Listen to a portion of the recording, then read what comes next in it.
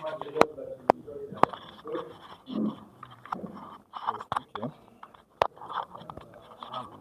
I'm not a reporter, fine. Okay, welcome to our World is Interfaith Harmony Dinner 2026, which will usually occur on February, the first week. And we're happy to have you. And we thank you for your time, so we don't take it for. And we're going to start with just a short introduction of Harmony video.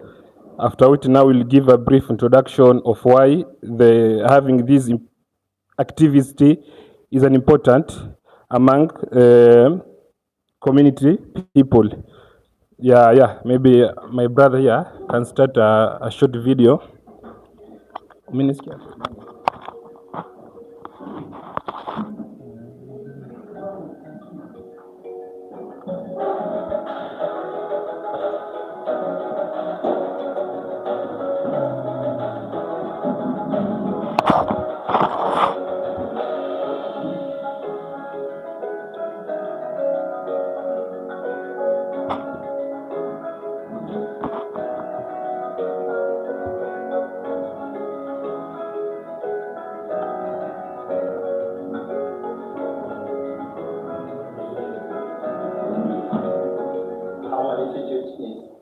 Marking 10 years today, having been founded in 2014.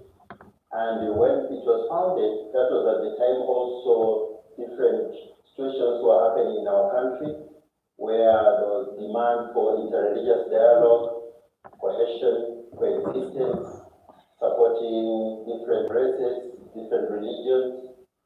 And through that initiative, Harmony Institute started organizing what they are calling Abrahamic dinners.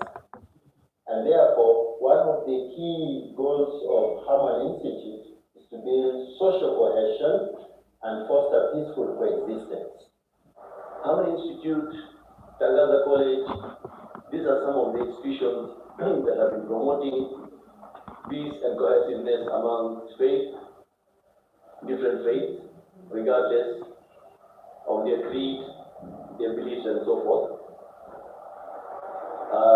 On a monthly basis, we have had what we call the scriptural reasoning, whereby we quote a topic, we pick a topic, and then verses from the Bible, the Quran, and other books of faith are quoted and discussed at length.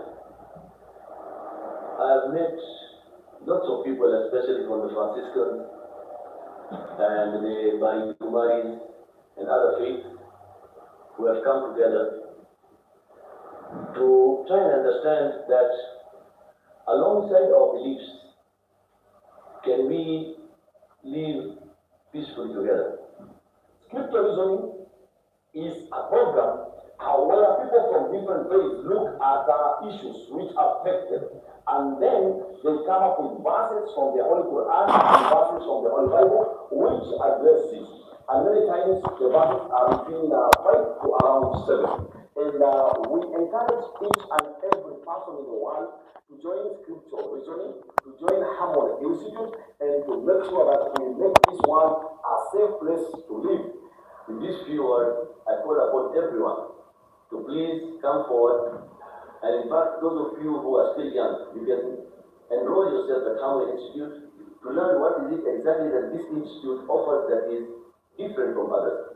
So through Harmony Institute, we continue cultivating that space where we promote global cohesion, migration, for better livelihood, for humanitarian support, and also coming up with programs that promote unity across all religions. Thank you very much. The One Interfaith Harmony Day is a forum, platform that brings together people from different faiths, for them to know each other and to be able to celebrate their diversity in unity, but also an opportunity for reflection to remind each other that we are brothers and sisters from one God. I learned that there is a religion called Bahaya.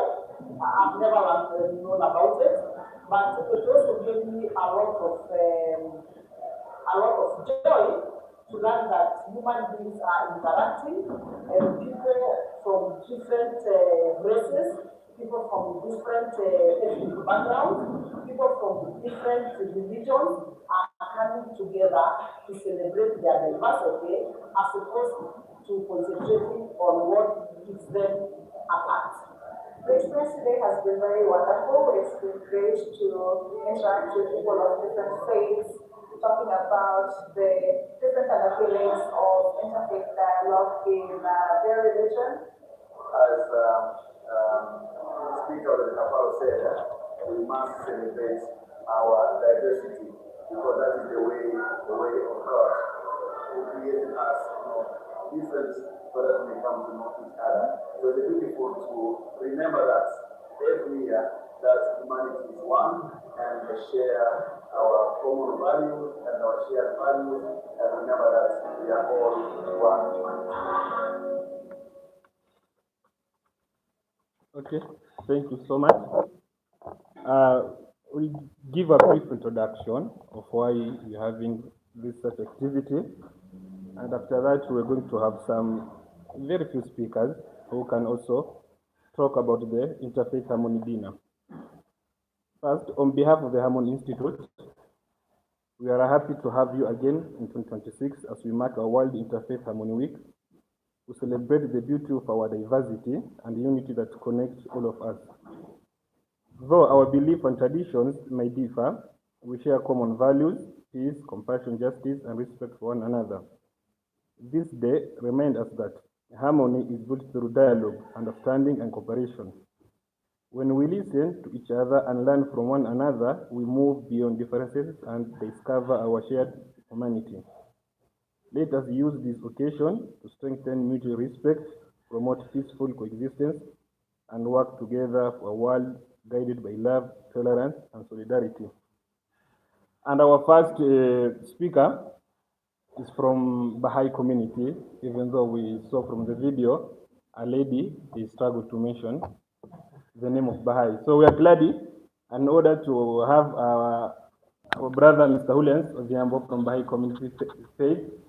So for each of our speaker, we're going to have 5 minutes so they can talk from their perspective, from their community. So then our first is Mr. Hullens. Welcome, please.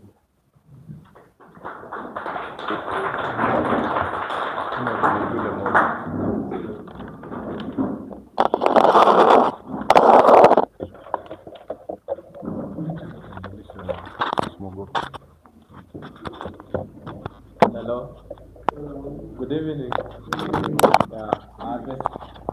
The lady Salim is talking about is Honorable Sarah Korere. I remember we had quite a good interaction last time she was here, and the speaker, the retired speaker.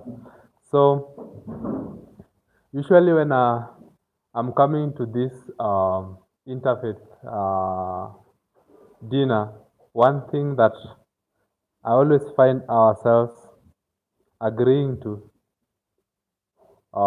is always, and like even tonight, it's always food. And after food, things really become interesting. I know Sheikh is laughing, but that's the truth. And this reminds me of another incident I had last year. At one of the scriptural or reasoning spaces we had last year, I remember one of the students, a lady student, came to me and was saying how she mentioned to me how beautiful it was when the panel was talking about love. And she was like, I wish this is what happens when we leave this space. And at that moment, I kind of really, I just smiled. I did not think so much about it, but later on it kind of stuck with me. And as we come tonight to talk about love for God, love for our neighbor, and love for the good. I think it's one thing that really we need to, to live with, and to ask ourselves, how do we translate that from just, dialogue and conversation to practice? And having said that, I would say, for those who don't know me, I'm Holian Sodiambo. I am a coordinator for the Office of External Affairs of the Baha'is of Kenya. So my work involves engaging with the religious leaders, civil society, government actors in various conversations, primarily on peace and national cohesion. So that's most of the work I do, and on other subject matter like climate change and environment, on gender equality, in brief. So as I go to today's topic, first I would like to express my gratitude to the Harmony Institute for convening this year's Interfaith Harmony dinner here at their facility. It's such a meaningful event to have for us to come together, and we're not just coming here together to share a meal. We are coming here to also to share reflections and our renewed commitment to harmony. So it's such a good thing that the Institute is doing. So this evening, theme, love for God, love for the neighbor, love for good. It really captures in three simple phrases the essence of every religion, which cultivates to the human heart what's the foundation of humanity. These three forms of love, from the Baha'i perspective, are not separable. We cannot separate them. They are interconnected, and each strengthens the other. And together they offer the framework for genuine interfaith harmony for the world. So as I delve in on the first love for God. Love for God is at the heart of authentic traditions, which lies the love for the divine. Whether we are speaking of God, Yahweh, the Creator, we are talking about the ultimate reality. Faith begins with an awakening of our heart, which is an attraction to our greater selves. Love for God inspires prayer, worship, reflections, and moral striving. But love for God is not just a mere emotional state. It's transformative. It shapes our character, and it calls us to rise above our ego, about our prejudices and selfishness. So from the Baha'i perspective, love for God is inseparable from recognizing the oneness of humanity. Baha'u'llah, who teaches about love for God, it says that we have to see every human being as bearing dignity and nobility. So, if love for God does not translate into greater compassion, if it does not translate to justice and humility, then it remains incomplete. So tonight, as we reflect about the interfaith harmony, perhaps we can also ask ourselves, does our love for God expand our hearts? Does it make us more patient listeners? Does it enable us to see beyond labels and stereotypes? Because when love for God deepens, fear of differences diminish.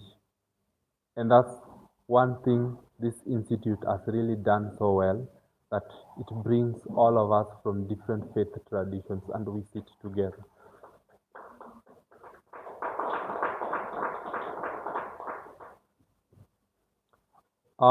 When we talk about the second scenario, about the love for neighbor,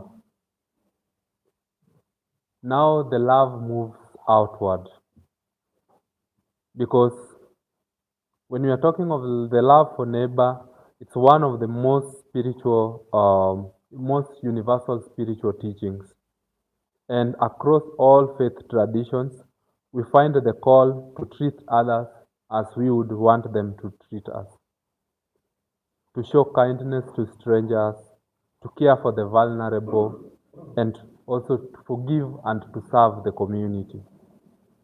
So, one thing that now we need to ask ourselves in this conception is, what is the concept of the neighbor in the modern day world? And from Baha'i perspective, we find that the neighbor is not just the person whom we share our faith with. It's not the person from our ethnicity, but rather it includes the person who worships differently as us. That refugee who is seeking safety in our country or in our neighborhood. That young person who is trying to find his purpose in life. The family which is struggling economically or socially. And even those people whom we disagree with, all these form our conception of who our neighbors are. So when we think of this, we now move just from beyond tolerance, because we move just from saying, I will endure you, to saying, your dignity also matters to me. And this is very important when we perceive our neighbor. And in this country, we've witnessed moments when the faith communities have always stood together to promote peace and national cohesion. And in those moments, the concept of the neighbor is not just sentimental. It requires courage, and it requires us to speak against injustices, to resist division, and to build bridges. So, when you think of this, perhaps the most important thing is for us to listen to one another as we are thinking of this. And as I finish, and I'm talking about the third love, the love for good. Now, this one calls upon us to take collective responsibility, to work towards collaboration. And what good are we working towards? Let's come together to work for justice, for truthfulness, and for building our communities and our planet, so that when we leave here this evening, after commemorating this Interfaith Harmony Week, this does not just become an isolated event, but now we are called on an ongoing journey. And as I finish, I just want to leave us with 3 questions. How can our institution sustain spaces for dialogue? Because we've all agreed it starts with these conversations we have. And how can we engage young people meaningfully in interfaith cooperation? That's very important also to us. And how can we model unity in a world that is often marked with disunity and division? Thank you so much.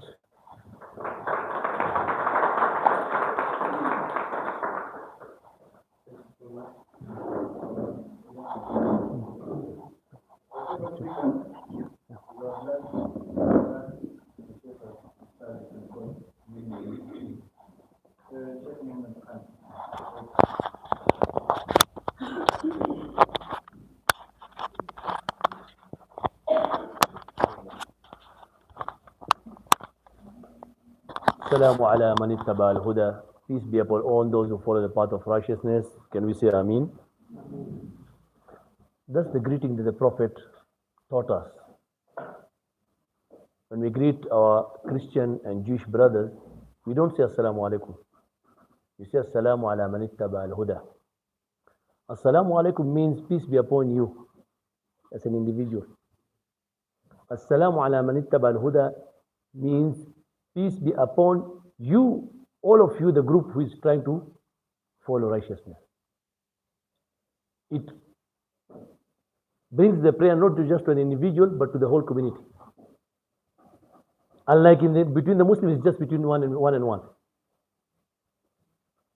So, for me, 18 September 2015, when for the first time in the history of Kenya, I hosted Christians at Jamia Masjid, a lot of eyebrows were raised. With my colleague, Dr. Francis Kuria, we sat down to commemorate the International Day of Peace. I approached my sheikhs, the late Sheikh Fatauddin and Sheikh Juma Amir. And I told them during the Prophet's time, 60 clergy from Najran, visited the Prophet in his mosque. They stayed for 3 days and they held mass in Medina. So what is this that we are doing? They held mass in the mosque. But with interfaith harmony and cohesion, we should know our limitations. We should not play politics with religion. You bring in the president to pray with you salah, that is haram. Because when he prays salah, he's not praying for the sake of Allah, he's praying for votes. That is shirk. When you take a politician to go to the church and he kneels down and you baptize him, he has sold his religion. This is a Muslim being baptized. So you should not play politics with religion. We should keep our beliefs within our places of worship and still focus on issues that bring us together. I am the Muslim ambassador for Laudato Si from the Vatican. Because the environment is not Muslim or Christian. I attended and met Father Josh Kurtedam. He introduced me to the 10 green commandments of Laudato Si. I moved on, and during a Zoom meeting, because it was COVID, he asked, Sheikh, what is Sheikh doing here? This was a Catholic thing, not even a Christian, a Catholic thing. So I hijacked it and made it interfaith. So he told me, you can become our ambassador. I asked him to coronate me and said, oh Sheikh, the protocol does not allow, but you can use the title. So when I can address environment as a Vatican ambassador, what is so wrong with Hawaiians coming to the mosque and saying, I'm an environment ambassador for the Muslims? Nothing wrong. But the thing is, we have been poisoned. When you grew up in school, the other day I was at a funeral of one of my colleagues. And I stood up and I was allowed to address the gathering. And I said, I drank water from the same tap as him. We shared mabuyu. Mandazi and samosa del combo. We drank from the same bottle. We did not know you're a Muslim or a Christian. So why is it now? Because society has trained that when you grow up, you start now sidelining each other. You worship God the way you want. I have no problem with that. That's not my issue. My issue is we came to the world to live together. The Prophet Sallallahu Alaihi Wasallam stood up for a funeral in respect, and a tear trickled down his eye. Usually when emotions are immense, words don't come out. But emotions flow when the grief is intense. So the tear trickled down and told, it's a Jew. Why? Because we feel that if it's not one of us, we don't bury him. And I was just talking to my friends and saying, if you believe because I've not been saved, especially the Catholics, you believe if I've not been saved, I will not go to heaven. You should be crying for me because you've lost a soul. But what do? He said, it's a Muslim, Sharia. But that's not what the Prophet did. He stood up in respect. And he said, isn't it a soul? Because once that person is passed away, he's either good or bad. If he's good, he's for God. If he's bad, the devil is taking him. An amazing thing, when it comes to God, we have different gods, but when it comes to the devil, we have the same devil. Why is it so? We all cast that one person, the devil. But when it comes to God, we all have different names. And then I was at the Global Peace Forum in South Korea. My Palestinian Arab rabbi was addressing the gathering in Arabic. And I felt his emotions. He wanted to cry because of what was going on at Gaza at that time in 2018, 2019. So I don't know what made me move, and I just stood up and went and hugged him. And he cried on my shoulder. And the whole room went silent. And after that, the moderator came on board and said, we have achieved peace, we can go home. Because that was the main purpose. Here I am, a Muslim, hugging a Christian rabbi. Why? Because he's human, and he cried on my shoulder. At that time, I did not differentiate. But we have got this ideology that if he's Christian, I don't know, is this way. If he's Muslim, is this way. We are not even allowed to touch one another, each other's books. Why? Doesn't the Bible say, seek ye the truth, and the truth shall set you free? So how will you seek the truth if you are just consigned to one knee? And the Quran says, I forgot the ayah, but you should fall a knee, seek out the truth. In ja'akum fasiqun binabin fatabayyanu. When someone comes with any news, a rumor monger, make sure you verify that news.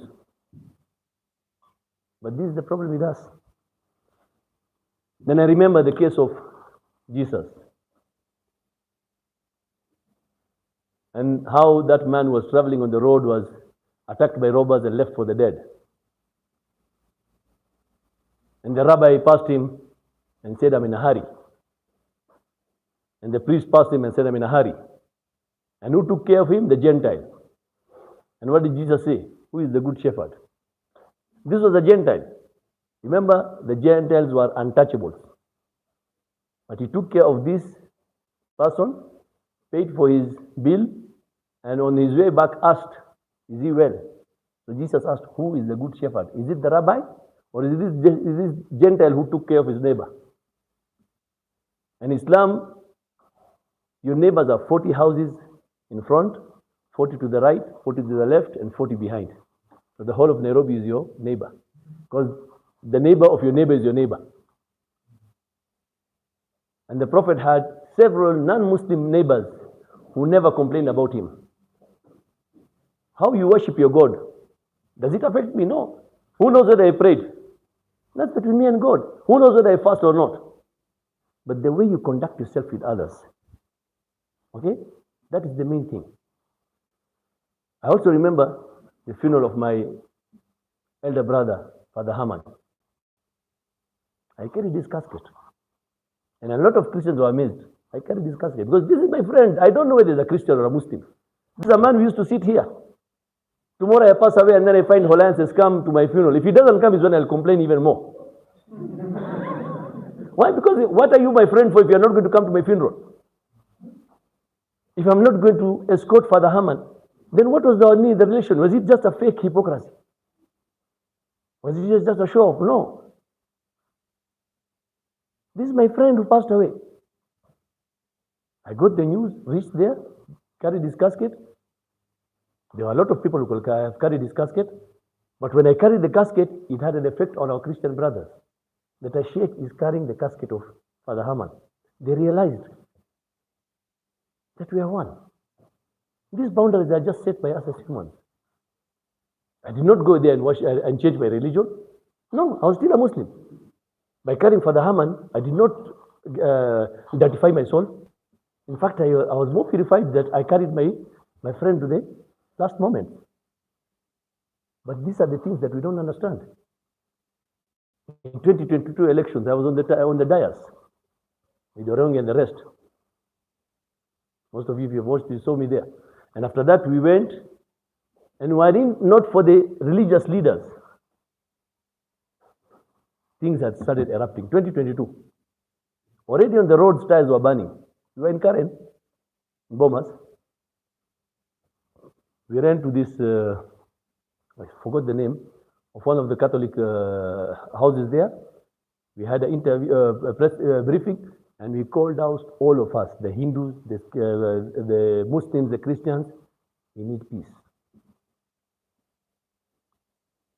We will decide elections in court, but we need peace. If the religious leaders had gone and said, oh, me, I'm a Muslim, Raila is not from my religion, or Ruto is not from my religion, what will have happened? In 2007, I was still a youngster at that time. But for me, I had lived in that area since 1980. So I hear someone saying, nyinyi ni mababi, kwa nini hamtaki kuchoma hii nyumba ya Wakikuyu? And I stood up and said, mimi ndo nitakatakata mtu wa kwanza ambaye atajaribu kuchoma hii nyumba. And the police officer was there. I said, I will cut up any person who tries to burn any house here. Because that Kikuyu house, first and foremost, sazilo nakosa chumvi. You don't go to Ruto or Raila or Kibaki. You go to your neighbor. At that time, you don't know whether he's a Muslim or a Christian. And nisaidia na chumvi. Ama nisaidia na maziwa. And if that fire burns, does it choose between the Kikuyu house and then the Luo house and the Muslim house? It will burn everything. I stood up and the police officer came running and said, Sheikh, we will take care of this. I had not done interfaith. But for me, I had lived with this person for nearly 30 years. Why should I allow someone from outside to come and burn his house? So more than just talking, we should start acting. Harmony Institute, I'm very grateful. All these interfaith dialogues you have had have really been very, very fruitful. But now I want to finish off with just one last question. We all know Mustafa, don't we? How many of you hate Mustafa? Mustafa Genchi. How many of you hate him? How many of you know him as a Muslim? We just know him as Mustafa. Do you know him as a Muslim? Do you know him as our friend? When he was abducted, we all stood up. Whether it was Sister Mary, whether it was Irungu, whether it was myself, we all stood up. Why? Because Mustafa was what you call akhlaq. He was an embodiment of humanity. He did not care whether you're a Muslim or a Christian. If you went to his house or you met him, he treated you all the same. That's why when you stand here today, each one of us knows Mustafa. In 25 years that I've known him, I've known him when I was still, the Light Academy was just beginning. 25 years. I've not had one person complain about Mustafa. Yet there's no one who was telling me, oh, Mustafa prays 5 times, or Mustafa fasts, or Mustafa does this. No, those are his acts of worship. But anyone you ask, Mustafa was a good person. He received you wherever you came. He made sure you are well. He ate last. He used to always make sure he eats last in this room. There's a time even he missed food and he just looked at me and I told him no, and he said, no, it's okay, I'll make do with the drinks. So can we all be like Mustafa? Can we make sure when we leave this room, when we meet each other outside there, we are like Mustafa? Mustafa did not differentiate between a Christian or a Baha'i or a Muslim. To him, we are all humans. When it came to time for prayers, he did not force anyone, let's go and pray. He used to go and pray himself and come back. But when it came to humanity, he treated everyone equal. And that is how we should be, Mustafas. Thank you.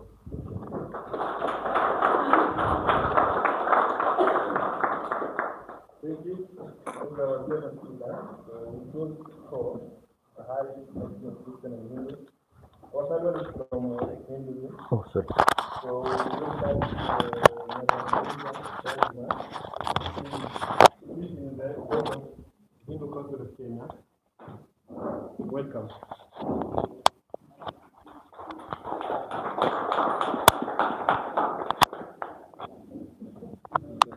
Good evening, Salam Alaikum, and Namaste to all of you.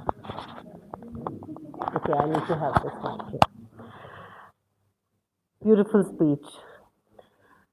To just give you a little background, so I'm married to a Kenyan, 5 generations, but I'm originally from India. And I've grown up in an army background. My father was a general in the Indian Army. And I was brought up in a secular home. Because when you are in the armed forces, you have to have faith in every religion because people come from different religions. And apart from that, I studied in a Catholic convent. school. So I had exposure to that. And I think those of you who know anything about India, I think we have the maximum number of mosques in India. And I've been blessed. In Kashmir, there is a very famous mosque where you have the Prophet's hair from his beard. I have been blessed by that. Yes, you know about that. So that's what I come from. What I come from is belief in all religions.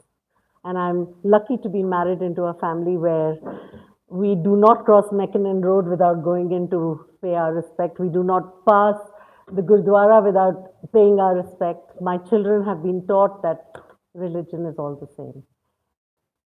But I don't know how many of you know about Hinduism, because most of us think 1,000 gods. No. What is the origin of Hinduism? Hinduism is the oldest religion on earth, and it is based on the Vedas. It is from the book. And as the religion grew, what happened is people had to understand when you spoke about what is God and his power or her power. I'm not going to say God is him, it could be a her. That power, one hand has 8 powers. So suddenly, people, to understand God, started drawing pictures of this God with 8 arms, the power of 8 arms in one arm. So it was a depiction. It is the growth of what happens to a religion as it grows. And that is what Hinduism was. Hinduism, the truth about Hinduism is that it believes in one supreme God that is formless. That is the reality. Now, as I say, you will all say, that's what my religion says. So how are we different? The soul is immortal. It is eternal. It is the part of that one divine. That's what we believe. So when I say namaste to you, what does that mean? I am bowing down to the divine within you. And when you say namaste to me, it is not me, it is your bowing down to the divine in me. So that is what we acknowledge when we say namaste to each other. What is God? God is love. Does God teach us to be different? No. If you look at what we have in blood, who is O positive, who is AB positive, AB, B, we are all the same. If we remove this outer covering, we are all the same. And that is what the actual belief of Hinduism is, that we are all the same. We are all praying to that one supreme power above, but we've chosen different paths. But that path is all leading to this one point. We're all praying to that one point. So when in Hinduism, we talk about God, we say that truth is one, but the paths are many.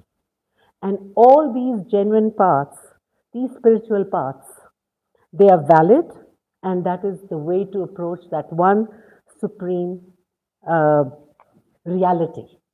Because that is the actual reality. That is what Hinduism believes.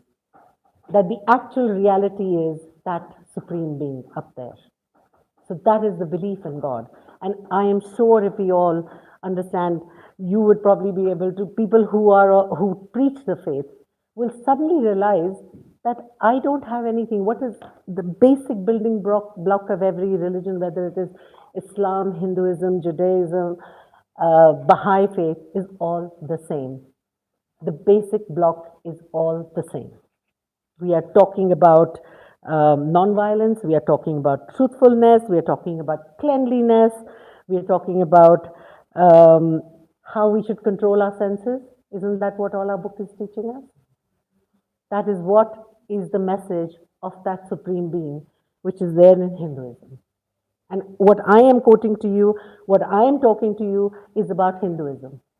And I'm sure each one of you is going to find the same within the Bible, the Quran, the Granth Sahib, any book. It's exactly the same. So we must lead a righteous life. We should lead a morally right life to achieve good karma. The word karma is from Hinduism. We flaunt this word all the time, don't we? Karma. Karma is going to get you. What is karma?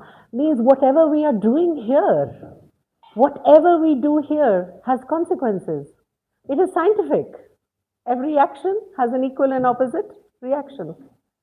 This is the truth of every religion. It is the truth. And that is exactly what karma is. And I think it is taught everywhere. I'm not a preacher, but I speak from my heart when I say these things. So, what does Hinduism believe in? It believes in pluralism, means every faith has to be respected. This is one of the foundations of Hinduism. We must respect diversity. We are not all born the same, but we have to respect each other. We must respect coexistence. Exactly what you said. Your neighbor's neighbor is your neighbor and his neighbor is your neighbor. It's exactly the same thing. We must internally recognize who we are. We are humans. And that is why it is important to behave and respect that word human. Because when we look at the animal kingdom, even they have respect. So we have to respect each other. And that all paths, it does not matter how you are praying, they are all leading to God. As my brother Jambo said to me, I said, what do you want me to speak on? He says, neighbor, God, and deeds. So I'm going to read what Hinduism says about neighbor. The more we grow in our love for God, the more we will love others, regardless of their nationality, their race, their religion, or any other differences that we might have with them. So Hinduism does not only teach us tolerance for other religion, but respect as well. It is important because when you respect a person, when you respect your neighbor, when you love your neighbor, you will only get respect and love in return. That is the rule of life. If I stand here and abuse somebody, I'm sure all of you will find some abuse to give back to me. But if I stand here and say, I love you all, you're all my brothers and sisters, I think you'll all feel the same as well, isn't it? So that's what it is. Then we talked about good deeds in Hinduism. It involves acting with dharma. Dharma is righteousness, compassion, and selflessness to generate positive karma and move towards moksha. What is moksha? It is liberation. So when Hinduism talks about liberation and they say you talk about reincarnation, what it says is that if you are going to be a good human being, because what is our eventual desire when we die? Is that we go to heaven and we become one with God. That is exactly what the desire is. And that is why Hinduism says to you, do good karma. Because when you do good karma, you don't have to come back here because now in this karma I harmed somebody. So now I have to come back to pay back and let this person harm me back because now we have to even this whole thing out. So I should be good. So the aim for me in this life is I want to be good so that when I die, I do not come back here. I would like to attain moksha, which is same as being one with God. And I think that's what all religions teach us. So this is how every religion is teaching us exactly the same thing. So my message to you all is, I love all of you and I open myself to learn from every religion because I know that the more I hear my brother, the Sheikh here speak, or my Baha'i brother, and I'm sure anybody after me, I know that when I leave this room, I'm going to be just a little bit better. Just a little bit better than when I came back in here. So I wish you all a very harmonious year ahead as we celebrate Ramadan, as we celebrate Easter. We have the festival of Holi coming and any other festival. We should just celebrate it together. Huh? And Valentine, yes, why not? Absolutely.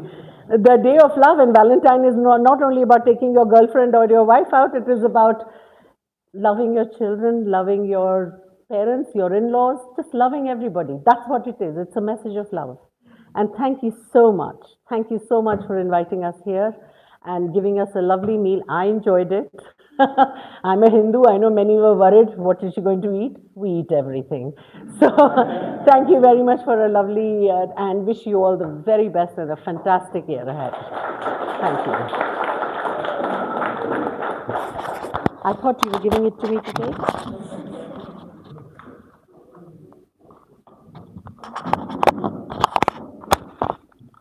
Thank you, Madam Sharma.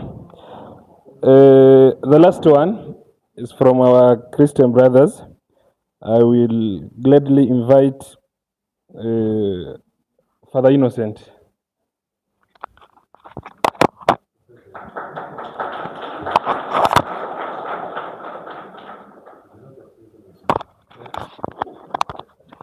That's the beauty of having the name, eh? Yeah. God is good all the time.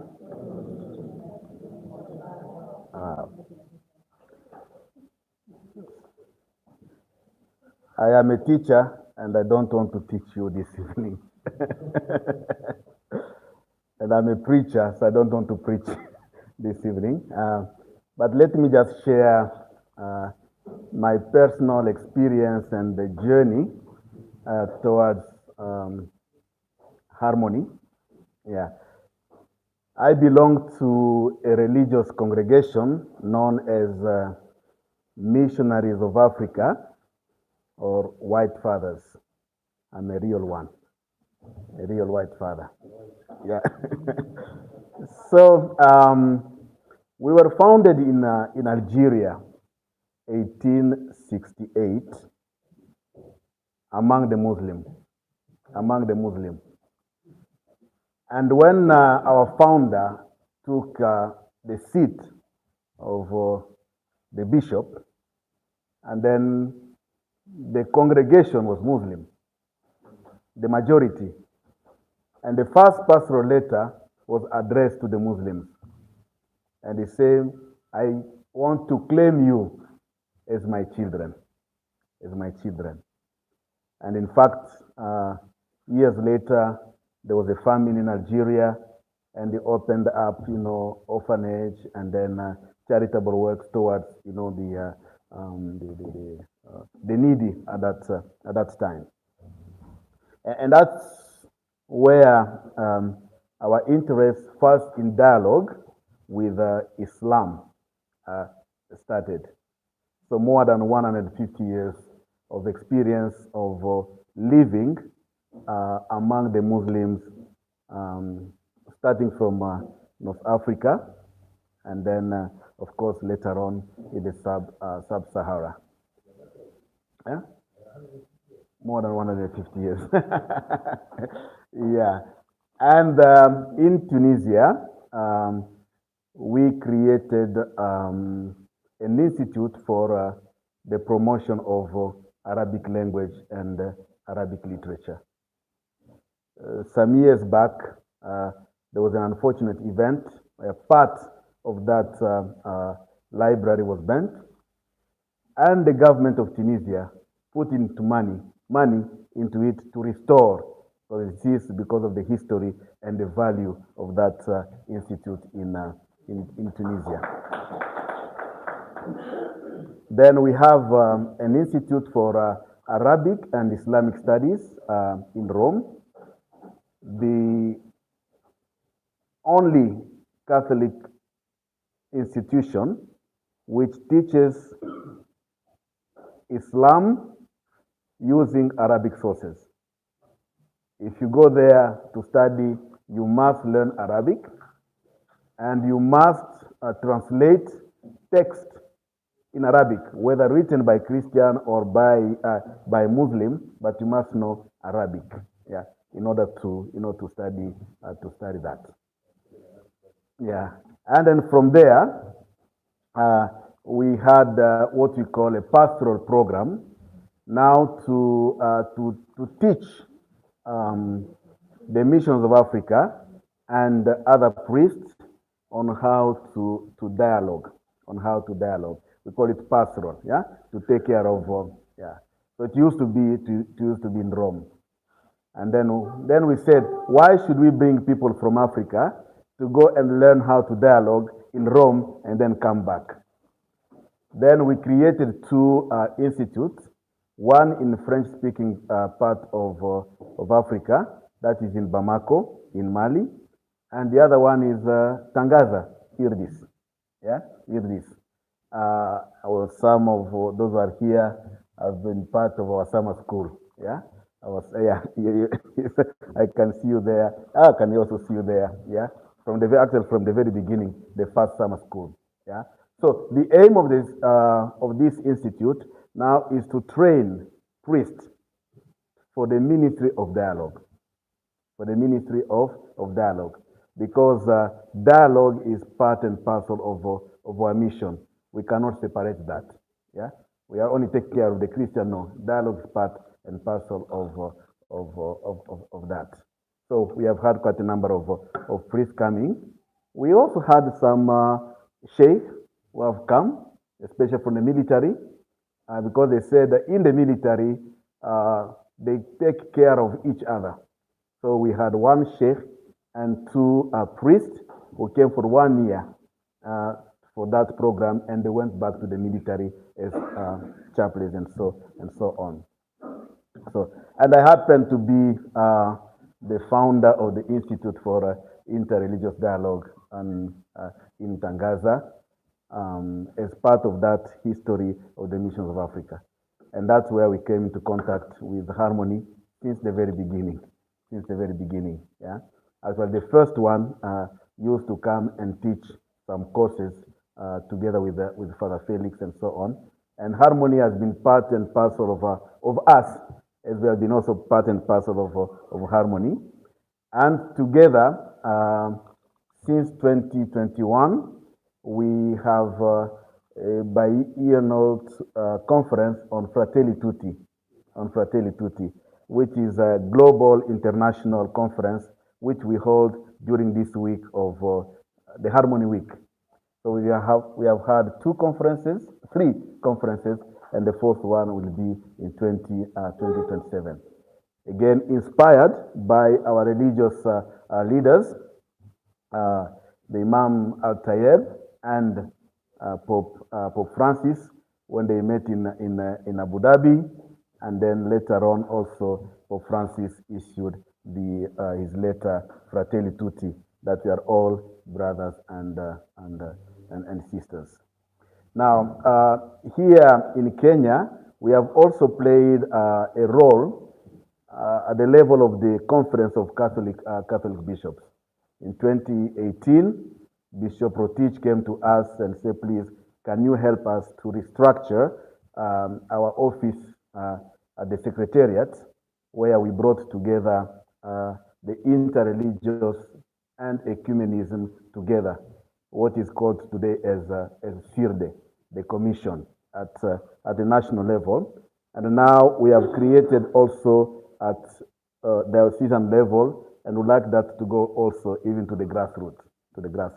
So we started by training, and we have gone all around, from Malindi to Kakamega, to Nakuru, to Isiolo, Meru. We've gone around. We used to do 4 rounds of training. First of all, to train the priest and the lay, so that they may understand the Catholic position on interreligious dialogue. And then we opened up also for people of other faiths, so that in each region they have common activities when it comes to issues of dialogue, interreligious dialogue. And it's taking place and it's taking shape. The other activity that we have is the summer school. The summer school was initiated in dialogue with our brothers from Iran. Our brothers from Iran. They have an International Institute for Islamic Studies. We invited them, 2 of the sheikh. When they came, they say, now, from now on, this program is going to be part of our program. So every year since 2018, they bring students and lecturers, and it's wonderful. I mean, I have my two sisters here, where you have in the same class Muslim, Shia, and Sunni, Christians, Protestant, and Catholics, lecturers and students, and for 3 weeks there is a kind of interaction. And it has become a fact now because it comes every year, where people say at the end, we have rediscovered our own roots. Yeah? And we are now rooted in our own. And I think that's very important. You know, fear comes when you are not sure of yourself. And when you meet the other, it becomes a threat. But when you are grounded, it's, hata kama akikuja, you are not going to shake me because I'm really grounded. Yeah. And that is one of there are two poles actually when we do the training. Yeah. First of all, knowledge of our own tradition. Knowledge of our own tradition. Sheikh, if you are really know your own tradition, then there's no need of going and just to please because you want this and that. No, because you know your own identity. You know who you are. Yeah, and be rooted, grounded in one's own faith. Number two is to know the other. Yeah, so we have both. Be grounded in own faith, but be open to the other. Yeah, and that's really that's a very, very beautiful thing that to do, and it's actually peace, cohesion begins from there. Begins from there. So once I know the teaching, the tenets of Buddhism and Islam and so on, yeah. I remember one of the sheikh from Iran came to my room and then to my office and said, Father, I'm a sheikh. When I go back to Iran, I'll be teaching the Trinity. Can you please explain me the Trinity? Explain, because I'll be teaching the Trinity there. I went to Iran, they teach Bible, they teach, the way when they come to Tangaza, we teach Quran, we teach Islamic law, and of course we bring in scholars, Muslims and Christian and so on. So it has been really a wonderful, wonderful experience and journey towards harmony. Yeah, and it has now I have brought into my academic field. Really, what is the role of religious leaders in peace building and social cohesion. And here in Kenya, we are doing a wonderful, wonderful job. Yeah, you have the CICC in Mombasa. You have all these interfaith. We used to call them Abrahamic dinner, but we say now it's very limited. Let us open. So it's now interfaith dinner. The work of religious leaders. Many people do not know what our religious leaders do to, this country. Silent diplomacy. I was following the 2022 elections, the movement of the religious leaders from one camp to the other.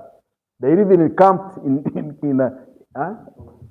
Nairobi for 1 week, 2 weeks. Yeah, the religious leaders camped here until our leaders had to promise that we shall go to court. We are not going to fight. But many people, they don't know that. But I've been following that. Yeah. So, and I'm happy to see that there are also young people here. We need also to pass the baton, so the intergenerational. Most of the time when you go to this meeting, you see all yeah. But now there is a need also to pass the baton to the next generation. Yeah. So that we are all we contribute somehow to building peace and a better.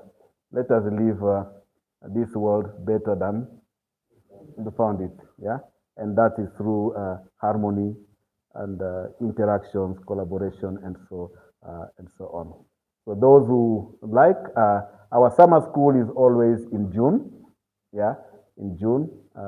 It's a wonderful, wonderful, wonderful experience of 3 weeks in Tangaza, and so we don't only learn academic, but also we learn practically on how to live with each other. So with these few words, I would like to thank a friend of the Harmony, and please convey our message to Mustafa and say that we pray for him every day. Yeah, every day. Yeah. In my community, they know that if I'm the one celebrating Mass, I always mention the name of Mustafa and his colleague at the altar. Yeah, and that will give him strength. There is a spiritual communion to go through what he's going through, and inshallah, very soon we will be able to see him free and can join us. Okay, thank you very much.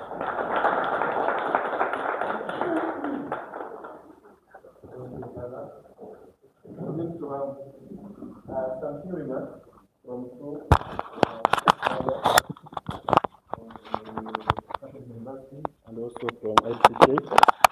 Just one, two, a few comments, and after that we're going to have a short video of about Harmony Interfaith Week, and after that we're going to invite the director of Harmony Institute, and then we're going to end with our prayer from Sheikh Khan, and then we end with the photo session. So the first one, for a few remarks, I want to invite Dr. Father Peter Mbaro from Catholic University.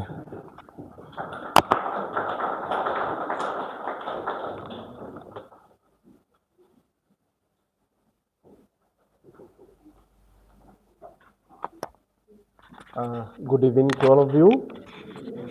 God is good and all the time. Salam alaikum. Mine is just to appreciate this time that we have been given to come together during this Interfaith Harmony Week. It started a long time ago, I will say, as a simple gathering, but it has now matured to bring all religions together. First of all, is to appreciate Harmony Institute for this initiative, because through this initiative we have encountered one another, we have learned from each other, we have developed mutual respect, we have developed the deep understanding of each other and others' religion. And I think this is something that we need to appreciate, because it is from here that peaceful coexistence is born. And as we have already heard from the previous speakers, ours is really to commend Harmony Institute and to say that this wonderful work that they started, it is going to mature and is going to bring great fruits in our societies, especially in our very polarized societies. Of course, I encountered Harmony Institute through the Catholic University of Eastern Africa Center for Social Justice and Ethics when we were organizing Abrahamic dinners. And from that time, I will confess that before then, I had not encountered very close brothers and sisters Muslims, even from these other religions, the Baha'i and also from the Hindu. But from that moment, we have organized at the Center for Social Justice and Ethics of the Catholic University, the Interfaith Youth Forum, which we do every year in collaboration with Harmony Institute, Justice and Peace and Integrity of Creation, and other organizations or other partners. And what we most admire is the kind of harmony that we find among our young people. Therefore, this initiative is giving birth to many other initiatives, and more other initiatives will continue coming up. Ours is therefore to say, may God bless this work, and may this work continue bringing humanity together. Thank you very much. Thank you, Doctor. The last one is from the director of RTK in Parliament.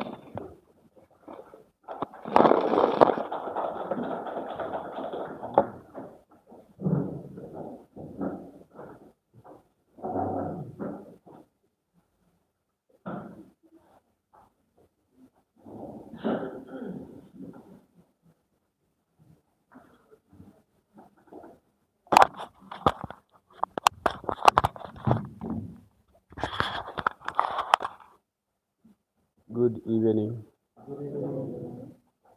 Assalamu alaikum. Namaste. Namaste. Bwana asifiwe. Amen. Yes, as you have heard, my name is Linus Ndigai, working with Intelligence Council of Kenya as the Executive Director. And I'm happy to be here. Mine is just to appreciate Harmony Institute and the leadership for convening us here, because this is a forum that has been created by Harmony Institute. So, in other words, what we are saying, if it were not for their invitation and inviting us into this space, each one of us could be some in their homes, others in their offices, others, you could be somewhere else and not here. So this is a great opportunity, and thank you very much.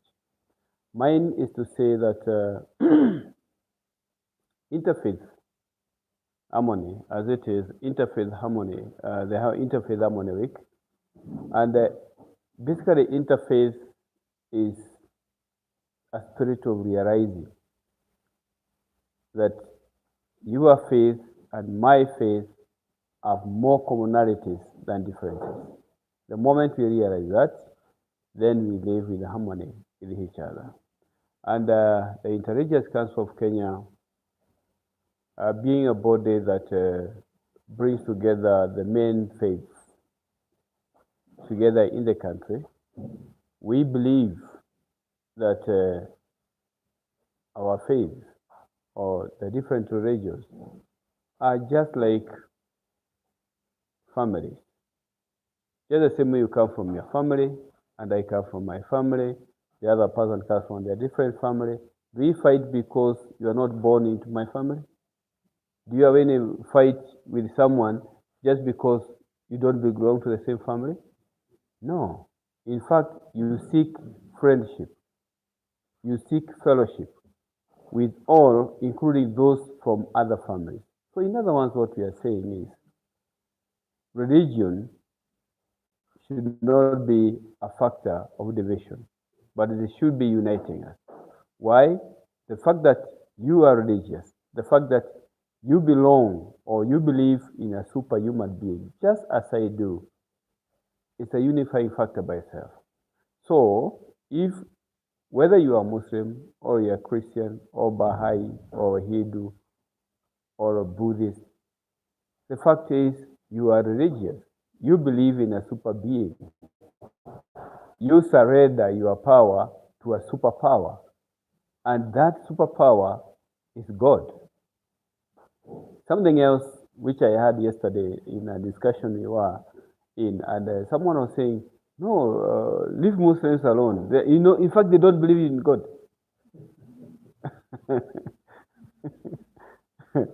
Sheikhan. And it was a religious gathering.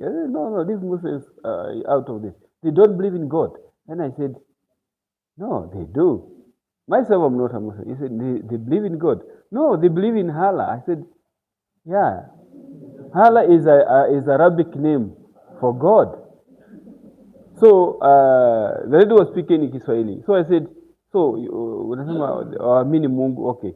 So what about wazungu who believe when you wanaita Mungu God? So she said, yeah, but God is the same as Mungu. Then I said, yeah, it's the same. Allah is the same as God. And she said, oh, so that's a different language. I said, yes, it's God in a different language. So you can't say that Muslims don't believe in God just because God in Arabic is Allah. How about you also, you say, in Kikuyu, what do we call God? Gai. In Luya, what do we call God? In Kisi, how do we call God? In Luo, what do we call God? Why are you people keeping quiet? Huh? So all these are different names that we give to a super being who is our God. So would you say because Kikuyus call God Gai, they don't believe in God? So God is not a name. It is a being. It's a being, it's an entity which gives us the being without whom we could not be. So as long as you believe in that, then we belong to the same family. Only that you belong to a different family, I belong to a different family, but we belong to the same community, the community of faith. So in that sense, should we really be different? People of the same community, should we be different? People who live in the same village, do we have to be different?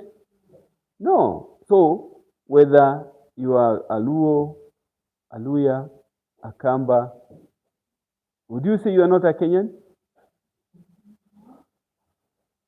Aren't we Kenyan? Yeah. So whether from your family, I am born around Mount Kenya in Meru, but did I choose to be born there? Is there anything wrong being a Meru? I'm asking you, is there anything wrong? Are you better who was born around Lake Victoria? Are you better than me because I was not born there? Whoever was born in Coast, is that a person better than one who was born in around the Mount Kenya? Watu wa Mlima. Are you better than them? Ama watu wa Mlima, are you better than the people who are born in Coast? No. Wanasemanga hivi. It's a lie. Serikali ingine labda yake sio hivi. Na sio, basically what we are saying is belonging to a different religion should not differentiate you. Only that you belong to a different family and the other person belongs to a different faith family. So we are all people of faith. We are all men and women of faith. And such forums, such discussions, they make us understand ourselves and the other better. Thank you.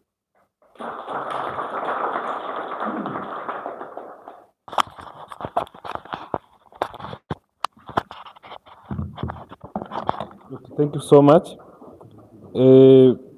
As we're coming to ending our program, first, Dr. Hassan Kinyua Omar, a lecturer of the University of Nairobi, has sent his apologies as he's currently in Ethiopia, but he's following us through the ALJAAMIA TV, which is being streamlined.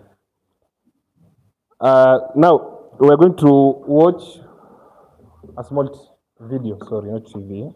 This is a big one, okay? I think after that,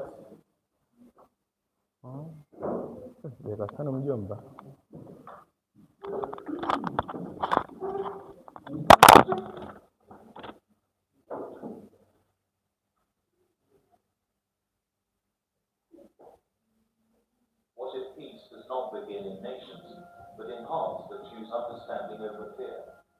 Today's story will show how faith harmony has changed real lives, strengthened communities, and built peace across nations. Stay tuned to the end as we discover how unity can begin with you. Welcome to Global Day's Awareness Channel, a channel dedicated to raising awareness of UN global events, sharing inspiring stories of beneficiaries, and celebrating professional bodies on their day by highlighting their impact in nation building and sustainable development. And now, today's event. World Interfaith Harmony Week 2026 theme, One Human Family, Faith, Respect, and Shared Hope. World Interfaith Harmony Week is observed every year in the first week of February. It was adopted by the United Nations General Assembly in 2010 to promote peace, tolerance, and understanding among people of different religions and beliefs. The UN created this global week to remind the world that dialogue, mutual respect, and cooperation are powerful tools for peace, especially in a time when division and conflict often dominate the news. Since its adoption, this day has inspired interfaith prayers, peace walks, community dialogues, charity projects, and youth programs across the world. From schools to places of worship, and from villages to major cities, people have learned that harmony is not about changing beliefs, but about respecting humanity. If you believe interfaith harmony can heal divisions, build peace, and unite unite humanity, share this video. Let this message reach classrooms, homes, places of worship, and communities around the world, because peace grows when we pass it on. Why this day matters for individuals. Interfaith harmony teaches us empathy. It helps us listen, understand, and live without fear of those who are different from us. For society, when communities respect different beliefs, violence reduces, trust grows, and cooperation increases. Peaceful societies are built on understanding. For nations that embrace harmony are stronger, more stable, and more united. Peaceful coexistence supports development, security, and national growth. Just a quick break. Please, if you are gaining something from this video and you find it informative and inspiring, kindly support us by subscribing to our channel and tap the notification bell for more global events contents. Subscription is absolutely free. After watching, don't forget to like, comment, and share. Thank you and welcome back. Now, stories of impact. Testimony one Daniel Moore Daniel grew up in a neighborhood divided by religious misunderstanding. When he joined an interfaith youth dialogue, everything changed. I learned that people I feared were just like me, Daniel says. Today, my closest friends come from different faiths. Interfaith harmony gave me peace, insight, and confidence to build bridges. Testimony to Amina Yusuf. Amina once felt isolated because of her beliefs. Through an interfaith women's group, she found acceptance and purpose. Instead of arguments, we chose kindness, she explains. Together, we serve our community. Interfaith harmony gave me a voice in the family beyond religion. Thanking the unsung heroes today, we honor the unsung heroes, faith leaders, teachers, volunteers, peace builders, and young people who quietly work every day to promote dialogue, love, and understanding. Your efforts may not make headlines, but they are changing the world one heart at a time. A call to action. If you have never taken part in interfaith activities, this is your invitation. Start by listening, learning, and showing respect. You don't need to be an expert, just be open. Your small step can inspire peace where it is most needed. In closing, we are different in belief, but united in humanity. Together, we can build a world of respect, peace, and shared hope. Happy World Interfaith Harmony Week. May our differences never divide us, but inspire us to love, respect, and stand together as one human family. Let's raise our glasses to honor the unsung heroes of pulses, the farmers, market sellers, cooks, nutritionists, and everyday citizens who work quietly to grow, sell, cook, and promote pulses. I hope you gained some valuable insight from today's event. Thank you for watching. Thank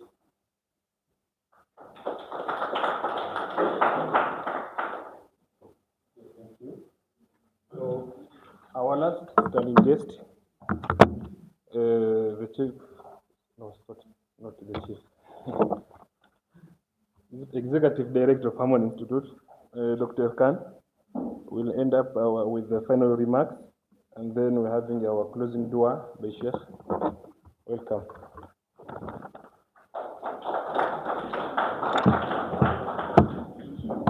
Okay. Actually, thank you so much for kind of so nice, beautiful gathering night together. Thank you so much for coming, being